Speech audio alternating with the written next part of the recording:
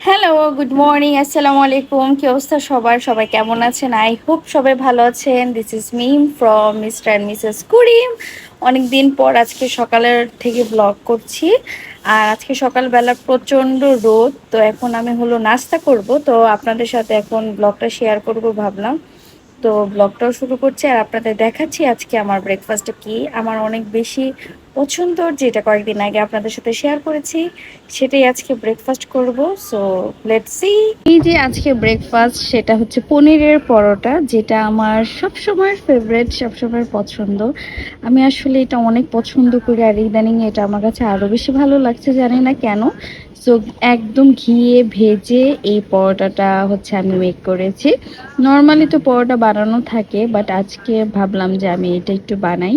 পনিরের পরোটা একটু ডিফারেন্ট, মাঝে মধ্যে সন্ধ্যার খেতে দিকে ভালো লাগে। হঠাৎ করে মনে হলো যে একটু কাবাব খাবো, আর কাবাব যেহেতু খাবো সো ভাবলাম যে আজকে নাজিরা বাজার যাই, যেটা আমার অনেক পছন্দের একটা জায়গা। আমি যেহেতু এখন নিউ টাউন থাকা হয়, সো আমার পুরান ঢাকা একদমই যাওয়া হয় না, যাওয়া হলেও নাজিরা বাজারের ওই সাইডে তো একদমই যাওয়া হয় না।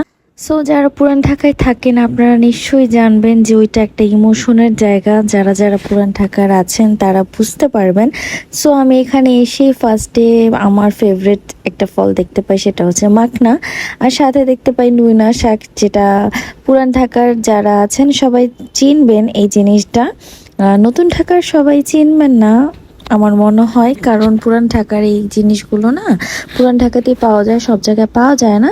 সো আমি দেখলাম যে মাখনা বিক্রি করছে, তো এসে আমি দৌড় দিয়ে এখানে আসছি যে সবার আগে মাখনা কিনবো অ্যান্ড হচ্ছে নুইনা শাক কিনবো। এই শাকটা গরুর মাংস দিয়ে বা মুরগির মাংস দিয়ে অনেক অনেক বেশি মজা, আমার আর কি অনেক ভালো লাগে, যার যার টেস্ট বার। আর এই ফলটা দেখতে কিন্তু একটু অড, কিন্তু আমার কাছে ভালো লাগে। তো এখানে চলে আসছি, এখানে এসে এগুলো কেনাকাটা করলাম। কেনাকাটার পাশাপাশি হচ্ছে এখন কি খাবো সেটাও একটা চিন্তার বিষয়, কারণ অনেক বছর পরে আমি এখানে আসছি, আর এখন কোন দোকানের খাবার কেমন হয়েছে সেটা আমার আইডিয়া নেই। এই সাইডে আসলে তো সবসময় মনে হয় যে বিরিয়ানি খাবো, আবার কাবাবও খাবো, সো সব কিছু তো একসাথে খাওয়া একদমই সম্ভব না, যেহেতু একবারে অনেক কিছু ট্রাই করতে হয় বা ট্রাই করতে ইচ্ছা করে। আর হানিফের বাইরে অ্যাজ ইউজুয়াল এত বেশি ভিড় ছিল, দেখলাম যে টোকেন নিয়ে এখন ওরা সেল করছে। আগে আমি টোকেন নিয়ে সেল করতে দেখি নাই, বাট এখন দেখলাম। আমি যেহেতু খাসির মাংস একদমই খাই না, সো হানিফটা আমার স্কিপ করতে হবে, না চাইতো, কিন্তু হানিফের সামনে এত সুন্দর স্মেল আসছিল খাবারের। তো এখানে আমি হলো কাবাবের একটা দোকানে চলে আসলাম, এখানে অনেক ধরনের কাবাব ছিল।